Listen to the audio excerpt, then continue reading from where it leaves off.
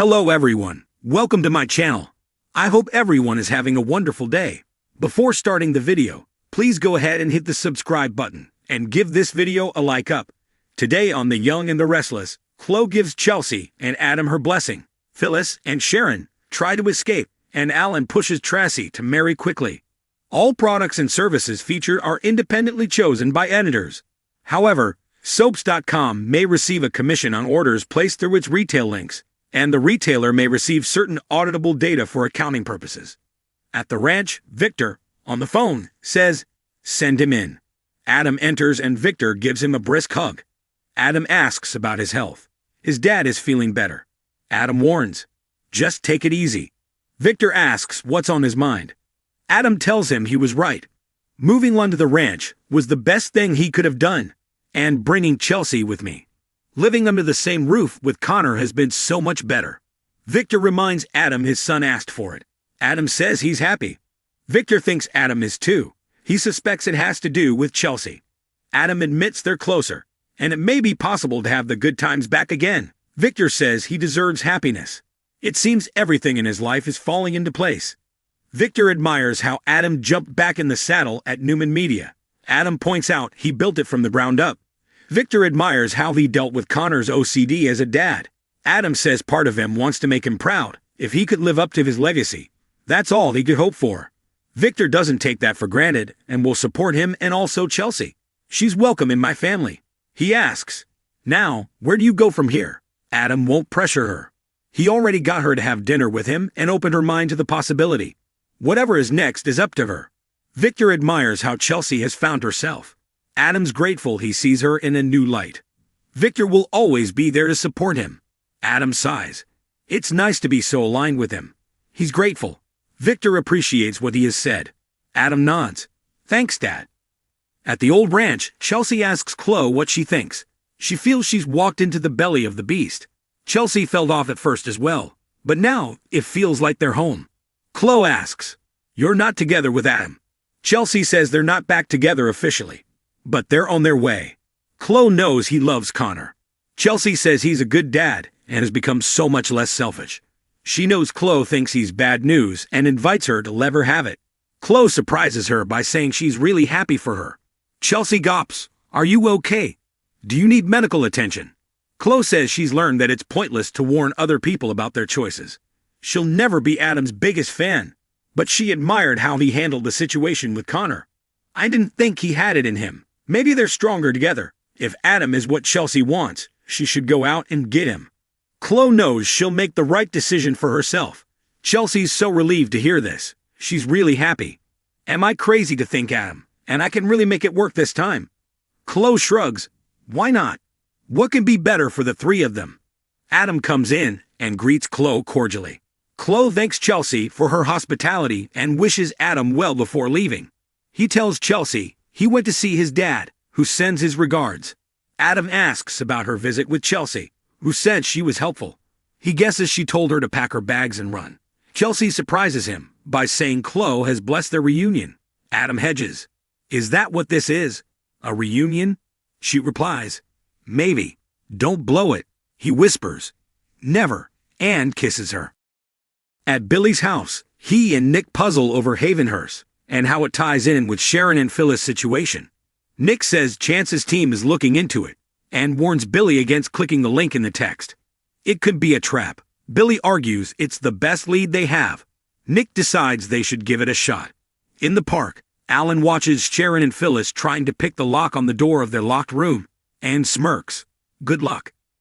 At the club, Tracy gushes to Jack and Diane that she never thought she would get married again. But Alan is kind and generous. She's so lucky to have found him. Jack says he's the lucky one.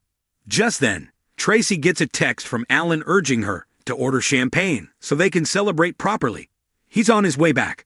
Jack and Diane squeeze her and then head upstairs. Tracy texts Alan that she'll get the champagne and meet him in their suite. In the mental hospital, Phyllis mutters, "Come on, come on, come on," as she struggles to pick the lock on the door. Sharon watches hopefully behind her. Sharon takes a turn and Phyllis tells her, "It's not an all away." They bicker until Sharon reminds her they can't turn on each other. Phyllis takes another try as Sharon coaches. Suddenly, Phyllis thinks she's got it. Suddenly, a loud alarm goes off. They cover their ears and cower. Alan meets Tracy in their suite, and they kiss and hug.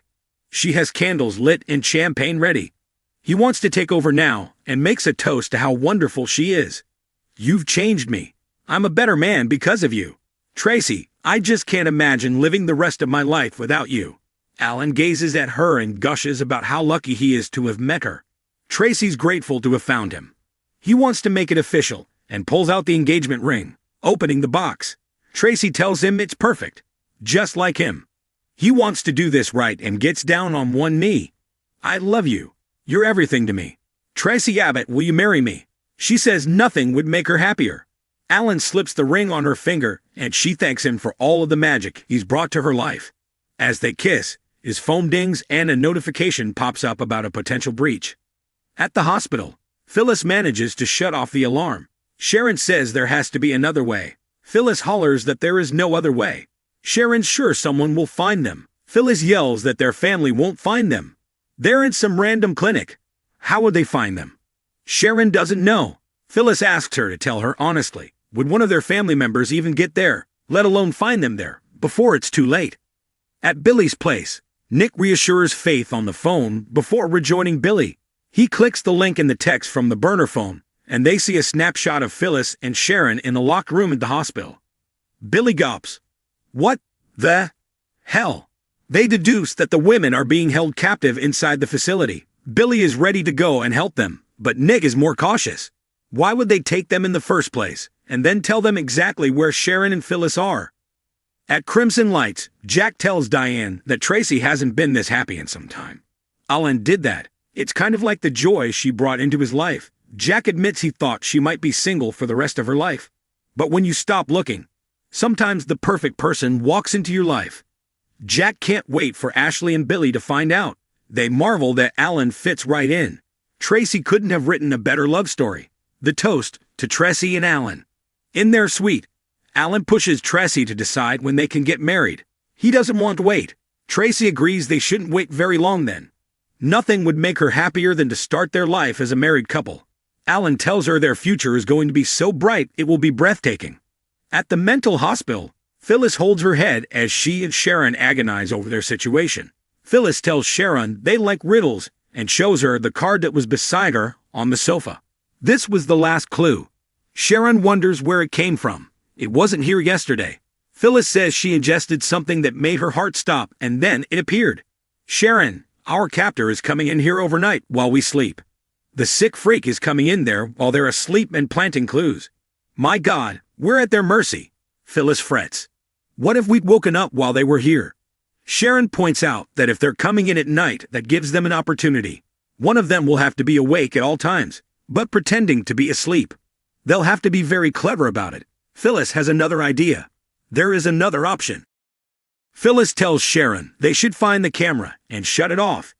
Then the sick freak will have to make an appearance. Sharon questions if they'll care if they can't see them. Phyllis says the sicko likes control and wants to witness his experiment in real time. Sharon worries the person will leave them there to die. Phyllis says they can't be obedient, they have to be smart. This is a sport for them. They like watching us survive. This is entertainment, how we survive. You get that right? That's what all these sick games have been about. Sharon nods, distressed. At Billy's place, he tells Nick there's a link at the bottom of the picture. They click it and a skull appears on a black background. The mouth opens and words come onto the screen. Who will pay the price to save the life of the mind? Nick asks, what kind of psychopath are we dealing with? In their suite, Alan and Tracy kiss. His phone keeps pinging with notifications about the attempted door breach. Tracy suggests he check his cell phone. It keeps pinging and Alan tells her nothing is more important than her. His future bride. The phone keeps pinging. In Nick's car, he and Billy try to figure out what the message meant. Billy wonders if they want them to try and rescue them. Nick says he took them to a psycho ward. Billy's sure it won't be easy to get into the building. Nick worries again about it being a trap and prompts Billy to call Chance. After doing so, Billy tells Nick that Chance is on the way to Havenhurst with a team. They debate whether to beat them there and scope out the place. Nick isn't wasting any more time. Billy declares that if Sharon and Phyllis are there, They're going in to get them. In the mental hospital, Phyllis tells Sharon they're like lab rats. Sharon agrees. If they can't see them, it ruins the study. Phyllis says they have to destroy the world they've created for them. They have to find the camera and turn it off. It will lure them there. Sharon muses that at least they'll know who they're dealing with. Phyllis assures her, "We will get out of here."